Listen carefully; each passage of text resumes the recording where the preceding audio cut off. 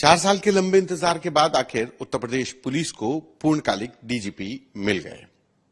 राजीव कृष्ण जी को उत्तर प्रदेश पुलिस का पूर्णकालिक डीजीपी बना दिया गया है। हमारे साथ बात करने के लिए डीजीपी सर खुद ही हैं। सर, सबसे पहले तो बधाई आपको। धन्यवाद। एक सवाल इस बात का कि क्या कामकाज में अंतर आएगा, और 31 मई 2025 को आप कार्यवाहक डीजीपी बने और 31 मई 2026 को आप पूर्णकालिक डीजीपी, कामकाज में क्या अंतर आएगा, क्या प्रायोरिटीज? देखिए, माननीय मुख्यमंत्री जी के जो प्राथमिकताएं हैं, उन प्राथमिकताओं के तहत उनके मार्गनिर्देशन में उत्तर प्रदेश पुलिस ने पिछले 8-9 सालों में जो अपराध और अपराधियों के विरुद्ध जीरो टॉलरेंस की नीति अपनाई है, वो नीति लगातार जारी रहेगी। अपराध और अपराधियों के प्रति जीरो टॉलरेंस मात्र एक वाक्य नहीं है, बल्कि एक सोच में बदलाव है। इस सोच में बदलाव के साथ आपने देखा होगा कि जब भी छोटी से छोटी घटना भी होती है, छोटी से छोटा अपराध भी होता है, उसके प्रति भी कानून सम्मत जो भी कार्रवाई है, उस कानून के तहत जीरो टॉलरेंस के तहत पुलिस कार्रवाई करती है और उन अपराधियों को सजा दिलाने का कार्रवाई करती है। तो ये प्राथमिकता लगातार जारी रहेगी। साथ ही साथ नागरिकों, विशेष तौर पर महिलाओं में सुरक्षा का भाव हो, व्यापारियों में सुरक्षा का भाव हो, अपराधियों में भय की भावना हो, इस दिशा में विभिन्न योजनाओं के तहत, विभिन्न तरीकों से, विभिन्न प्राथमिकताओं के साथ और विभिन्न स्ट्रेटेजीज के साथ उत्तर प्रदेश पुलिस लगातार कार्य कर रही है, जिसके अच्छे परिणाम भी सामने आए हैं। तो वो भी हमारी प्राथमिकता लगातार जारी रहेगी। साथ ही साथ जो एक्सीडेंट के मामले हैं, इस पे माननीय मुख्यमंत्री जी बहुत संवेदनशील भी हैं और इसमें अक्सर हमने देखा है कि लापरवाही से, गाड़ियों के प्रॉपर रखरखाव न रखने के कारण या कुछ इंजीनियरिंग इश्यूज जो सड़कों के होते हैं, उनके कारण कई प्रेशियस लाइव्स जो हैं हम लोग लूज करते हैं, हमारे जो नागरिक हैं उनकी जाने जाती हैं। इसके लिए जीरो फैटेलिटी डिस्ट्रिक्ट नामक एक प्रोग्राम यहाँ पर चलाया जा रहा है। वो केंद्र सरकार का, भारत सरकार के द्वारा चलाया जाने वाला प्रोग्राम है, मॉर्थ जो उनकी मिनिस्ट्री का चलाया जाने प्रोग्राम है, परंतु उसका क्रियान्वयन उत्तर प्रदेश में बहुत अच्छी तरह से हुआ है और इसके अच्छे परिणाम सामने आए हैं। पिछले एक क्वार्टर में, पिछले 4 महीने में एक्सीडेंट्स की संख्या में भी और जो एक्सीडेंट्स में जो फैटेलिटीज होती हैं उनकी संख्या में भी काफी गिरावट आई है। इसको लगातार आगे जारी रखा जाएगा। सर, एक सवाल कि आपने अपराधियों के नियंत्रण की बात की, अपराध नियंत्रण की, तो एनकाउंटर और बुलडोजर एक्शन पुलिस करती है। आज भी लखनऊ में भी एनकाउंटर हुए, गाजियाबाद में भी एनकाउंटर हुआ, लेकिन सवालों के घेरे में पुलिस की इन कार्रवाइयां भी रहती हैं। देखिए, ऐसा है कि ये एनकाउंटर आपका मतलब मीडिया का वर्ड है। पुलिस सभी मामलों में एक समान कार्रवाई करती है, कानून के सम्मत कार्रवाई करती है। उत्तर प्रदेश पुलिस साल में लगभग 6 लाख अपराधियों को गिरफ्तार करती है, अरेस्ट करती है। नेचुरल तौर पर इसमें अधिकतर अपराधी ऐसे होते हैं या जो अधिकतर आरोपी ऐसे होते हैं जो कि कानून के दायरे में रह करके पुलिस उनको अरेस्ट करती है, या कानून के दायरे में रह करके पुलिस के पहुंचने पर वो पुलिस के सामने प्रस्तुत होते हैं और उनको विधिक प्रावधानों के तहत उनको अरेस्ट करके जेल भेजा जाता है।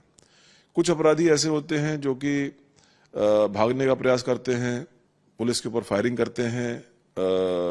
कुछ मनभर टाइप के होते हैं जो कि बहुत ही दुर्दांत टाइप के और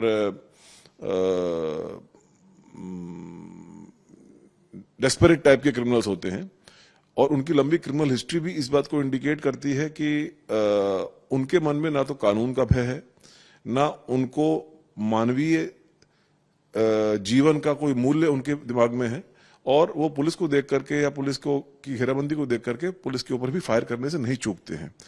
ऐसे समय में नेचुरली अब पुलिस का मनोबल ऊंचा है।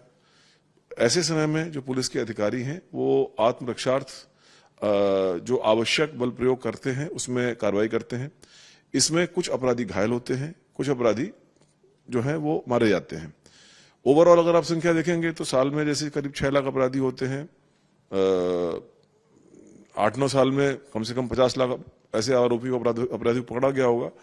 जो अपराधी ऐसे पुलिस एंगेजमेंट्स में मारे गए हैं उनकी संख्या करीब 250-300 के आसपास है। तो अगर आप ओवरऑल पर्सपेक्टिव देखें तो ऐसा कोई नहीं है कि पुलिस का कोई टारगेटेड कोई एनकाउंटर होता है, लेकिन ये अपराधी जिस भाषा में जिस तरीके से प्रस्तुत होता है उसी तरीके से पुलिस भी जवाब देती है और पुलिस का मनोबल भी ऊंचा है। पुलिस का जो इस प्रकार का डेस्परेट अपराधी होते हैं उनके खिलाफ जो भी कठोर कार्रवाई होगी वो अभी भी चल रही है, आगे भी जारी रहेगी।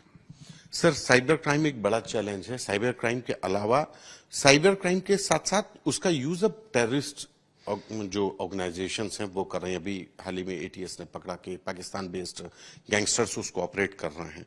तो ये एक बड़ा चैलेंज है, इसको कैसे मीट आउट करेंगे? चूंकि आप एटीएस के पहले डीआईजी, आपने एस्टैब्लिश भी किया एटीएस को। कोविड काल के बाद से जो एक आम जनता के यूसेज में मोबाइल फोन, इलेक्ट्रॉनिक ट्रांजैक्शंस इत्यादि का यूसेज जो है वो बहुत बढ़ा है। भारत सरकार ने, प्रदेश सरकार ने, हमारे यहाँ के जो कॉरपोरेट वर्ल्ड है उन्होंने ऐसी बहुत सी सुविधाएं दी हैं जिससे कि एक सामान्य मानव का जीवन बहुत सुलभ हो गया है, बहुत सरल हो गया है। इलेक्ट्रॉनिक ट्रांजैक्शंस एक आम जनता की पहुंच के अंदर आ गए हैं। आज से 10 साल पहले, कोविड से पहले अगर आप देखेंगे तो जो क्रेडिट कार्ड का उपयोग होता था या डेबिट कार्ड का उपयोग होता था वो समाज का एक बड़ा एलीट वर्ग करता था। अब आप देखेंगे कि सड़क पर ठेले में भी अगर कोई सामान खरीदना हो तो वहां पर भी क्यूआर कोड होता है और उस क्यूआर कोड से एक सामान्य आदमी भी उसमें इलेक्ट्रॉनिक ट्रांजैक्शन कर सकता है। ये सुविधाएं दुनिया के बहुत ही जो डेवलप्ड कंट्रीज हैं वहां पर भी इस लेवल की सुविधाएं उपलब्ध नहीं है। तो जब इतनी बड़ी संख्या में जो हमारी जनसंख्या है वो इसका उपयोग कर रही है तो एक स्वाभाविक सी बात है कि कुछ एलिमेंट्स इसमें ऐसे भी हैं जो उसका दुरुपयोग करने का प्रयास करते हैं। इसी कारण से विगत कुछ वर्षों में साइबर अपराध की संख्या भी बढ़ी है और साइबर अपराध के थ्रू जो पैसे का ठगी है उसकी संख्या में भी, उसकी मात्रा में भी इजाफा हुआ है। केंद्र सरकार के द्वारा, उनकी संस्थाओं के द्वारा, उत्तर प्रदेश सरकार के द्वारा इस बारे में कई सिस्टम्स बनाए गए हैं। उत्तर प्रदेश पुलिस ने एक अभियान के तहत इन योजनाओं को धरातल पर उतारा है। हमने अपने लोगों को थाना स्तर पर लोगों को ट्रेन किया है, हमने लोगों में अवेयरनेस की कई मुहिम चलाई हैं और इसके चलते अब जो सक्सेस रेट है, जो विभिन्न पैरामीटर्स हैं साइबर अपराध से संबंधित, उनमें जो सक्सेस रेट है उसमें उत्तर प्रदेश पुलिस जो है वो देश के अग्रणी राज्यों में शुमार हुई है। ये सिलसिला लगातार आगे जारी रहेगा। हमारे अधिकारियों का, हमारे कर्मियों का प्रोफेशनलिज्म और बढ़े, इस पर हमारा लगातार प्रयास जारी रहेगा।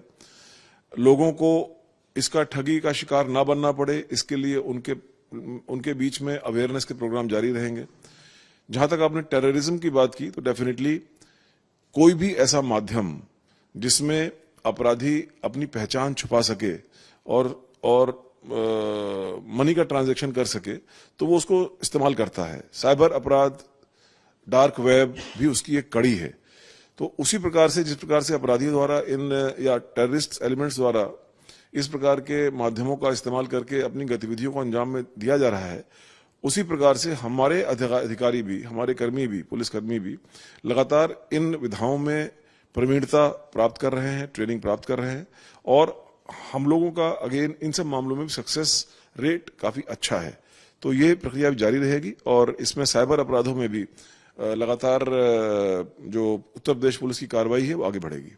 बेहतर पुलिसिंग के लिए जो एक तो पुलिस का व्यवहार, दूसरा एक जो बड़ा चैलेंज है वो सोशल मीडिया पे पुलिस रील बनाने की, मतलब एक सोशल मीडिया पे कहते हैं रीलबाज यूपी पुलिस, ये एक नया एक डेंट और एक ये नया नाम दिया जा रहा है। सोशल मीडिया के बारे में उत्तर प्रदेश सरकार की भी और उत्तर प्रदेश पुलिस की भी एक बड़ी स्पष्ट नीति है जो कि हमारे सभी कर्मियों को समय समय पर हम बताते हैं।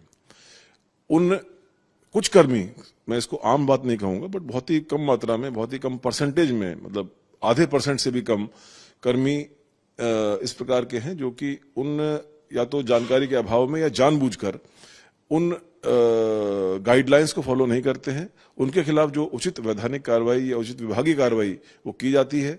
और लगातार इस बात पर बल दिया जाता है कि उत्तर प्रदेश पुलिस या कोई भी पुलिस बल एक डिसिप्लिन्ड पुलिस बल है। इसमें जहां एक और वर्दी के साथ साथ कई सारे अधिकार दिए गए हैं, वहीं कुछ जिम्मेदारियां भी हैं। उन जिम्मेदारियों में सोशल मीडिया पर किस प्रकार से प्रस्तुत करना है, नहीं करना है, वो जिम्मेदारियां भी शामिल हैं। और इसमें जो गाइडलाइंस हैं उनको फॉलो करना सबके लिए मैंडेटरी है, हमारे लिए भी मैंडेटरी है और हमारे सभी उत्तर प्रदेश पुलिस के सभी सहकर्मियों के लिए भी मैंडेटरी है। एक आखिरी सवाल, कार्यवाहक डीजीपी और पूर्णकालिक डीजीपी में क्या अब कल तक और अब आज में क्या अंतर पा रहे हैं? कामकाज में कोई अंतर आएगा? देखिए, माननीय मुख्यमंत्री जी के निर्देशन में शासन की नीतियों और कानून सम्मत कार्रवाई पहले भी हो रही थी। जो नागरिकों के सेवा के लिए उत्तर प्रदेश पुलिस का जो प्राथमिकताएं हैं उनका अनुपालन पहले भी कराया जा रहा था और वो आगे भी जारी रहेगा।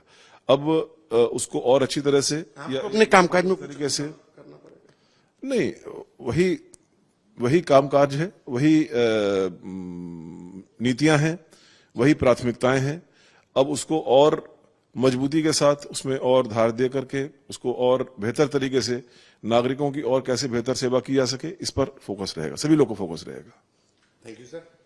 ये थे हमारे साथ उत्तर प्रदेश के डीजीपी राजीव कृष्ण, जिन्होंने स्पष्ट कहा है कि अपराधी जिस भाषा में पुलिस के साथ बात करेगा उसी भाषा में पुलिस भी जवाब देगी, लेकिन पुलिसिंग को बेहतर करना उनकी प्राथमिकता में शुमार रहेगा। कैमरा पर्सन संजय के साथ संतोष कुमार, आज तक।